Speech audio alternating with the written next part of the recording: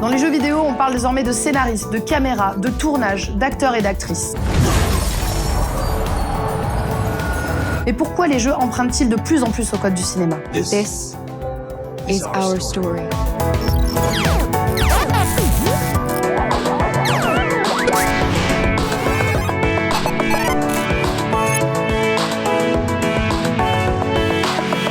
Lights, camera, action!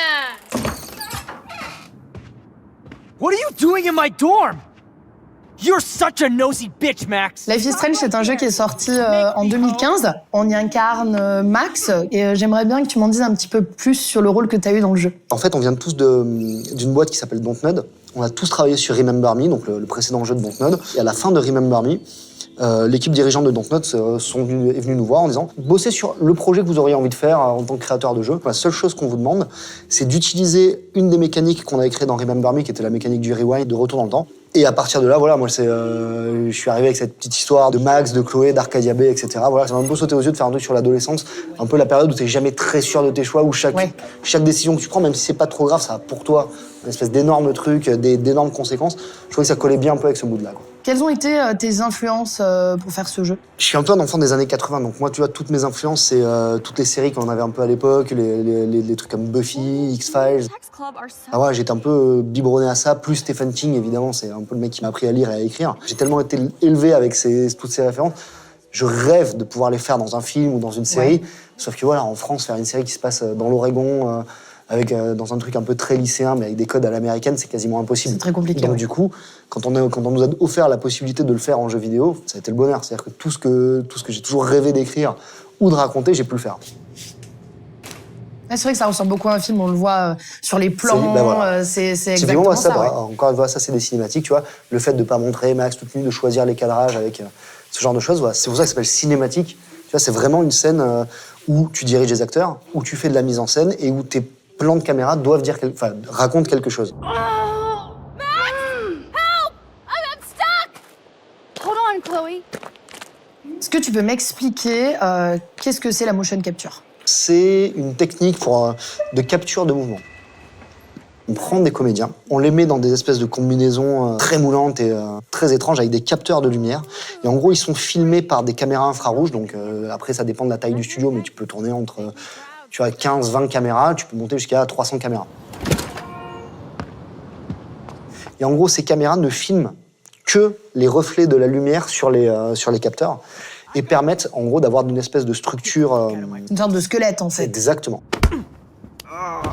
La motion capture, ça permet d'avoir des mouvements les plus réalistes possibles, parce que c'est joué et incarné par des humains, et deux, de gagner du temps et pour que les animateurs puissent se focaliser sur les petits détails et les visages. Yes! I did it!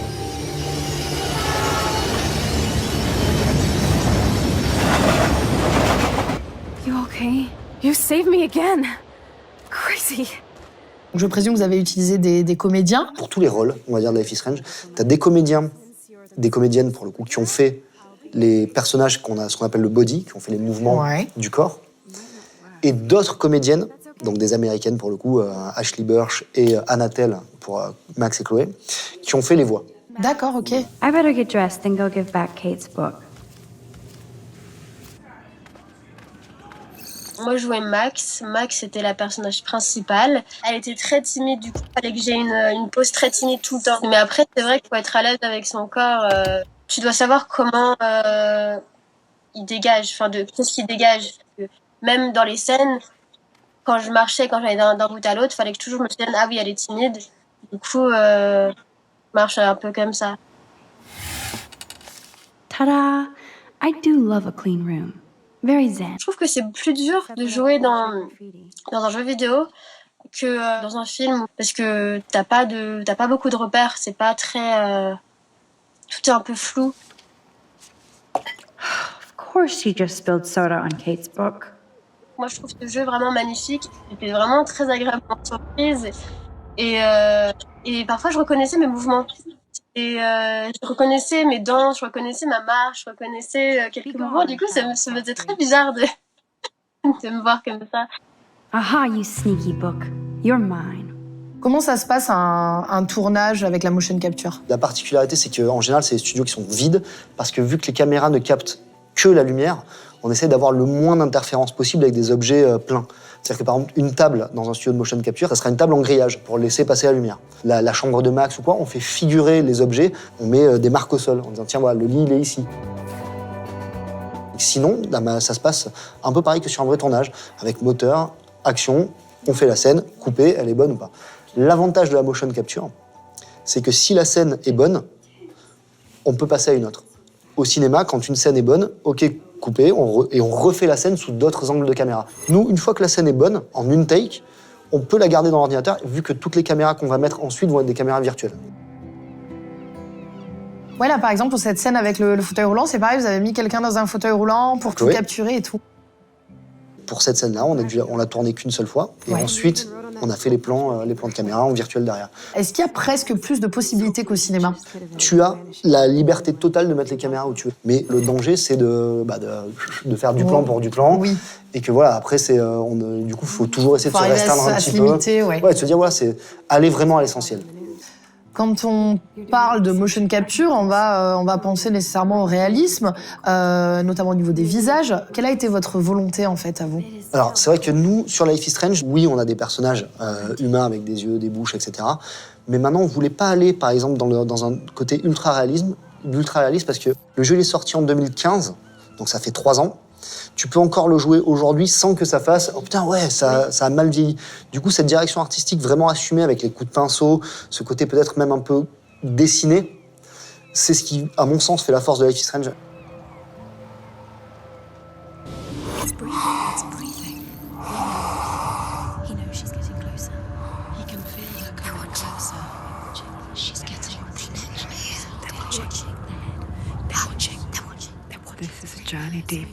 Tu me parlais de votre choix de ne pas faire dans le photoréalisme.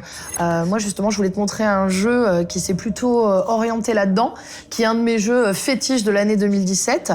C'est Hellblade: Senua's Sacrifice, qui est un jeu qui se passe à la période viking. Et qui est aussi ma grosse claque de l'année dernière, qui est un des jeux que j'ai préféré l'année dernière, donc c'est parfait. You might think she's brave to go on this journey on her own. Il n'y a pas vraiment de tutoriel dans ce jeu, en fait. On nous pose là, on nous montre cette cinématique, et après, on va devoir découvrir un peu par soi-même. Dans un jeu vidéo, entre guillemets, classique, comme on imagine le jeu, t'as toujours beaucoup d'indications à l'écran. T'as ta jauge de vie, t'as les armes que tu vas choisir, t'as une carte en bas.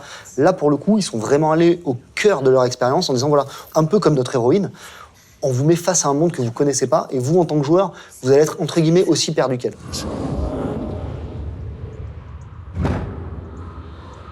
Pour moi, en fait, c'est vers ça que le jeu vidéo tend, c'est des œuvres de plus en plus jusqu'au boutiste, en fait. Comme aujourd'hui, dans le cinéma, t'as autant de films que de public, c'est-à-dire t'as autant de films d'auteur que des films d'art essai, que des gros blockbusters, que des films que des thrillers, Et je trouve que justement, aujourd'hui, avec le jeu vidéo, on arrive à faire des œuvres de plus en plus jusqu'au boutiste, avec une direction artistique de plus en plus affirmée, des propos même de plus en plus affirmés. Et en parallèle, on a toujours les gros blockbusters ou les jeux indépendants. Enfin, ça devient de plus en plus intéressant, en fait, le jeu vidéo. Tu vois, c'est horrible à dire, mais le côté où Senua, c'est pas un canon de beauté. Oui. Tu vois, où tu fais n'importe quel jeu, entre guillemets, en mode blockbuster, eh ben, ils auraient pris une comédienne ultra jolie, ils lui auraient rajouté un peu de boobs parce que ça fait vendre. Mais là, pour le coup, le fait d'avoir choisi une actrice qui n'est pas un canon de beauté, mais qui a juste sa rage et sa détermination avec elle, je trouve ça brillant. Ouais, et en plus de ça, l'actrice qui joue Senua, à la base, elle n'était pas du tout actrice. C'était la monteuse qui a fait les tests et qui a complètement collé avec le personnage. D'accord, mais je savais pas. Là, on est en train de passer une poutre. Les mouvements, ils te semblent réalistes? Ils ont dû le tourner comme ça, c'est-à-dire mettre une fausse poutre au sol. C'est vraiment au millimètre. Les mecs ont fait vraiment un travail assez fou, quoi. Là où ils ont été précurseurs, c'est que sur leurs écrans de contrôle, sur leurs combos, ils avaient le retour in-game. C'est-à-dire qu'ils avaient déjà les décors et tout à l'intérieur, c'était sublimissime. Donc ouais, ils avaient déjà une vision. Exactement, de ce que ça allait ils avaient vraiment donner, de suite, quoi. la vision du jeu définitif. I'm not gonna let him rot here. You're the one rotting here. Leave me alone. You will die here. No. Ce procédé dont tu parles, c'est de la motion capture en temps réel. C'est même plus que ça, c'est de la performance capture en temps réel. La différence entre motion capture et performance capture, c'est que la performance capture, tu captures la totalité d'une scène. C'est-à-dire tu captures la voix, le visage avec des marqueurs et les mouvements du corps. La manière dont c'est mis en scène avec elle qui te regarde et qui flippe, c'est mortel. Il y a quelque chose quand même dans le jeu vidéo qui a toujours posé problème pendant longtemps, c'était le regard. Surtout quand on se veut réaliste. Il y avait parfois des jeux qui étaient hyper bien faits, mais le regard était parfois un peu vide. Un peu vide et surtout pour les jeux réalistes. Et là, en fait, on sent pas... elle a presque une âme, en fait, quand on la regarde. Et je pense que c'est ça qui produit cette empathie ultra forte envers le personnage. Et de toute façon, c'était aussi l'enjeu, parce que si tu fais des regards caméra... Si t'as rien derrière, si t'as un espèce de personnage avec des yeux de poisson à moitié mort et tout. Enfin non, ils ont vraiment fait un travail hyper impressionnant là-dessus.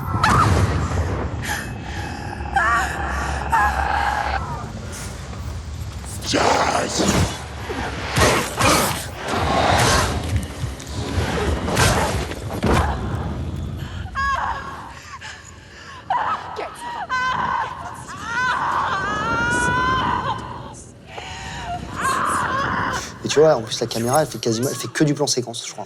Ouais. T'as jamais de cut. Tu vois, tu passes du gameplay quand tu tombes, hop, tu remontes. Et là, dès que tu vas repartir en gameplay, hop, la caméra va se replacer juste derrière toi exprès au bon moment. Donc c'est super fort. Ça, c'est mortel. Ouais. C'est carrément, c'est une scène de cinéma, quoi. Ouais. The darkness does not bargain. It does not reason. It is rot. Avec Hellblade, on a vu que le jeu d'acteur, c'était hyper important. Il y a des jeux qui font le choix d'utiliser des acteurs très connus pour incarner leurs personnages. C'est le cas notamment de Beyond Two Souls, qui est sorti en 2013, où on va notamment pouvoir retrouver Ellen Page dedans.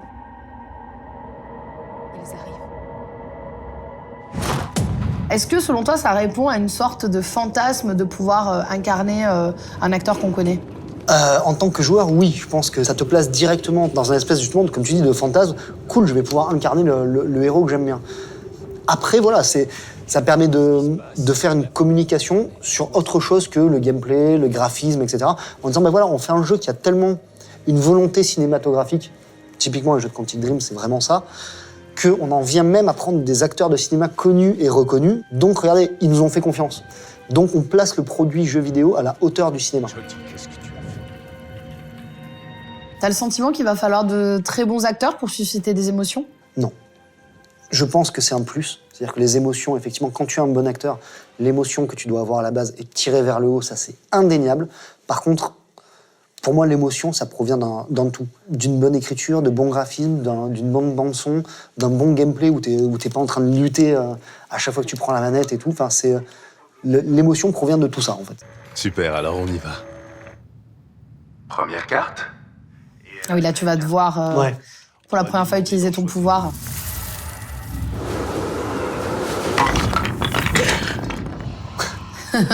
La surprise. Bah, tu vois, voilà. On me disait, bah, tiens, est-ce que c'est important d'avoir de bons acteurs et tout ? Oui, c'est important, surtout que là, tu vois, c'est un acteur où il n'y a pas eu de full performance. Donc, du coup, tu vois, sur son visage, on sent que c'est le visage qui a été probablement animé à la main. Enfin, il est beaucoup moins expressif que celui de Ellen Page ou de Willem Dafoe, ça c'est. Mais bon, ça reste quand même d'un très très haut niveau. Oui. Sérieux, qu'est-ce que c'est que ça ? Laisse-moi faire. On va mettre un truc de ce siècle. Quelque chose qui décoiffe. Là, on se retrouve vraiment dans les codes des films américains. Complètement. Tu vois un peu, bah, tu vois, typiquement la fête d'adolescente, où tu vois la nana un peu populaire, le sportif un peu du lycée, les mecs un peu à la cool et tout. C'est une écriture de scène de série. Ça commence plutôt bien. Donc d'abord, elle est angoissée, puis en fait, au final, ça va bien se passer, c'est plutôt cool, et forcément, ça va finir en drame.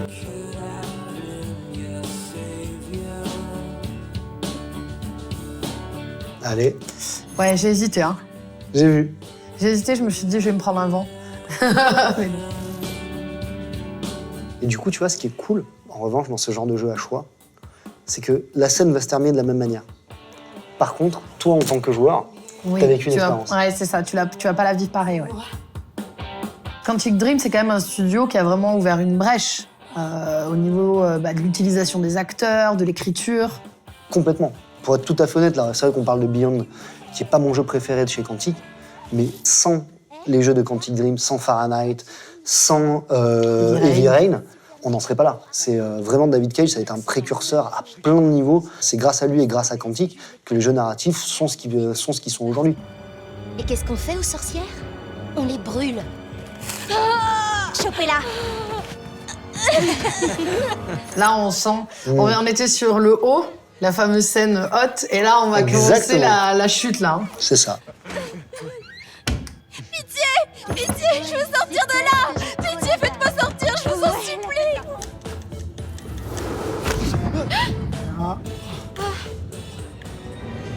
Moi, je suis méchante. Je suis hyper méchante. Il faut. Voilà, ça t'apprendra. Allez. Ah, ouf. Bim. Ah oui, je pense que le micro-ondes, ça doit... Qu'est-ce que tu fais, Aiden?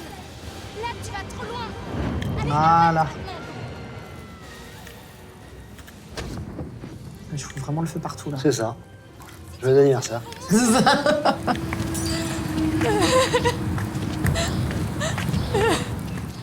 Tu trouves que c'est une évolution dans le jeu vidéo qu'on sache mieux raconter des histoires comme ça? Oui, vraiment. Là, pour le coup, on peut avoir aujourd'hui des jeux où justement l'histoire est au cœur de l'expérience. Au début des jeux vidéo, l'histoire, c'était juste un espèce d'enrobage de prétexte à du gameplay, à faire du scoring.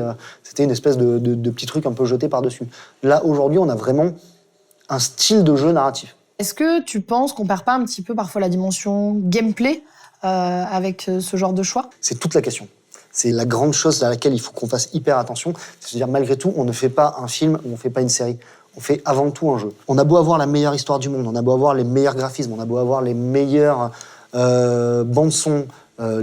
Si c'est chiant à jouer et qu'on s'emmerde, le joueur, il n'aura pas envie d'aller au bout. Donc, il faut jamais oublier que le joueur doit participer et fait partie à part entière en fait, de l'histoire. Il faut toujours penser à lui.